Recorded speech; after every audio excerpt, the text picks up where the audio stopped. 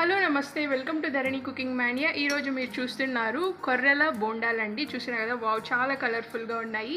ఈ బోండాలు మీరు టిఫిన్లో తినచ్చు, ఈవినింగ్ స్నాక్గా తినచ్చు విత్ చట్నీ ఆర్ కారం అండి. సో చాలా టేస్టీగా ఉంటుంది. ఇది నేను చేసింది ఫాక్స్టైల్ మిల్లెట్తో అండి, బియ్యంతో కాదు, తెల్ల బియ్యంతో కాదు.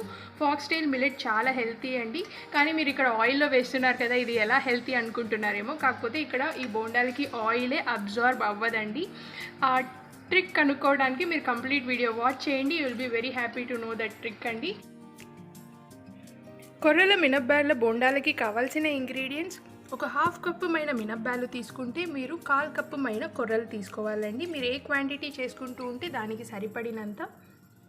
సన్నగా కట్ చేసుకున్న ఆనియన్స్, కరివేపాకు, కొత్తిమీర, సన్నగా కట్ చేసుకున్న పచ్చిమిరపకాయలు, ఉప్పు, ఇవన్నీ మనకు కావాల్సిన ఇంగ్రీడియంట్స్.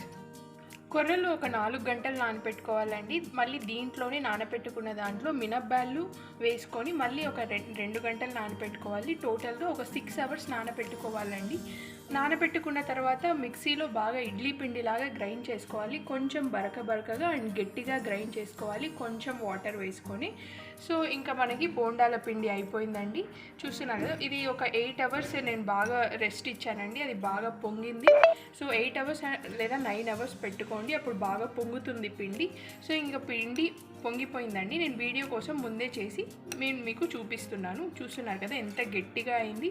ప్లస్ కొంచెం బరకగా కూడా మనం ఇడ్లీ పిండిలాగా చేసుకుంటే బోండాలు చాలా బాగా వస్తాయి.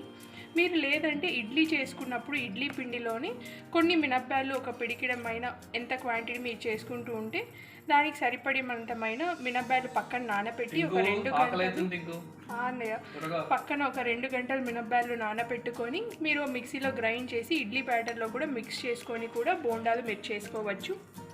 పిండి బాగా పొంగిన తర్వాత ఆ పిండిలో, బోండాల పిండిలో సన్నగా కట్ చేసుకున్న ఆనియన్స్ వేసుకుంటున్నానండి. కరివేపాకు మీరు కట్ చేసి వేసుకున్నా కూడా పిల్లలు తినేటప్పుడు వాళ్ళు తినేస్తారండి. సో కొంచెము కరివేపాకు అలా వస్తే తీసేసే లాంటి వాళ్ళు సన్నగా కట్ చేసి వేస్తే తింటారు. సన్నగా కట్ చేసుకున్న 2 పచ్చిమిరపకాయలండి, పెద్దవి. కొత్తిమీర, లాట్స్ ఆఫ్ కొత్తిమీర వేసుకున్నా చాలా బాగుంటుందండి. కొత్తిమీర అండ్ కరివేపాకు మీరు స్కిప్ చేసుకోవాలన్నా కూడా మీరు స్కిప్ చేసుకోవచ్చు.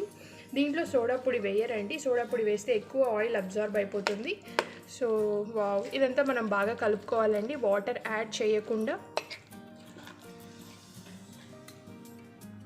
ఒక 2 చిటికెళ్ళమైన ఉప్పు వేసుకొని నేను బాగా కలుపుకుంటున్నానండి. చూస్తున్నారు కదా, ఇలా గట్టిగా మనము బోండాల పిండి చేసుకోవాలి. కొంచెం నీళ్ళు ఎక్కువ వేసినా మీరు బోండాలు వేసుకోవడం కష్టం అవుతుందండి. ప్లస్ బోండాలు కూడా లూజ్గా ఆయిల్ ఎక్కువ అబ్జార్బ్ అయిపోతుంది.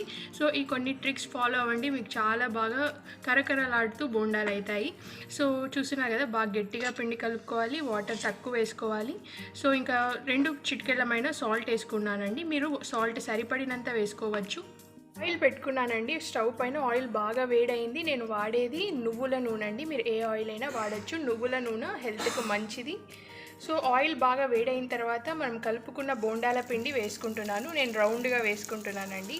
సో రౌండ్ షేప్ వస్తేనే చాలా బాగుంటుంది బోండాలు.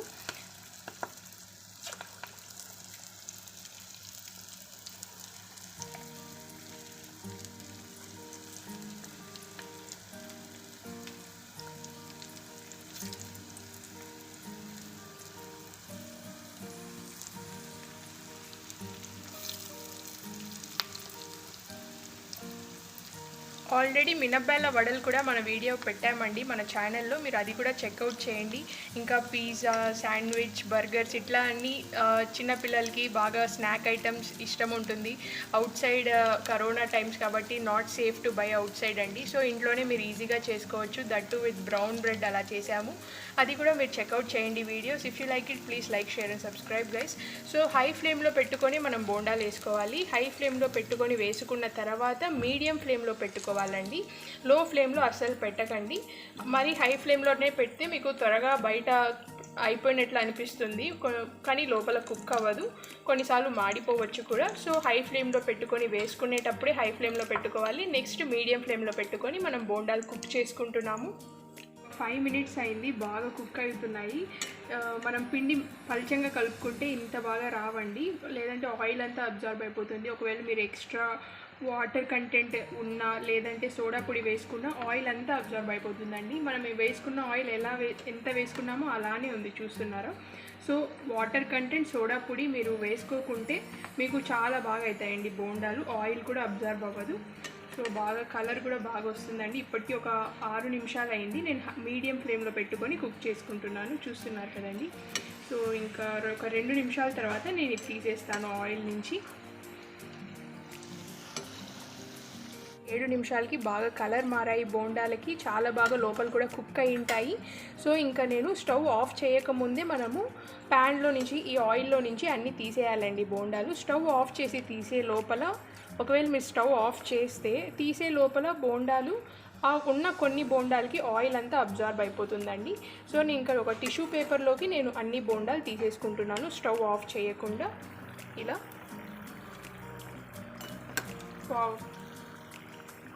అండి మనం ప్లేట్లో సర్వ్ చేసేసుకున్నాము. అంతో కొంత ఆయిల్ కొంచెం అబ్జార్బ్ అయ్యేది కూడా టిష్యూ పేపర్కి అబ్జార్బ్ అయిపోతుంది. ఆయిలే ఎంతగా అబ్జార్బ్ అవ్వదండి. సో ఇది మీరు కారంతో అండ్ చట్నీతో తినచ్చండి, చాలా టేస్టీగా ఉంటుంది. ఇప్పుడు అన్నయ్య టేస్ట్ చేస్తున్నారు, please taste it. Hello hello hello, చూద్దాం టేస్ట్. ఎస్ అన్నయ్య, వావ్ కాలిపోతుంది, చేయి జాగ్రత్త అన్నయ్య. బాగా వచ్చింది, ఇంకోసం టేస్ట్ చేద్దామా? యా అన్నయ్య.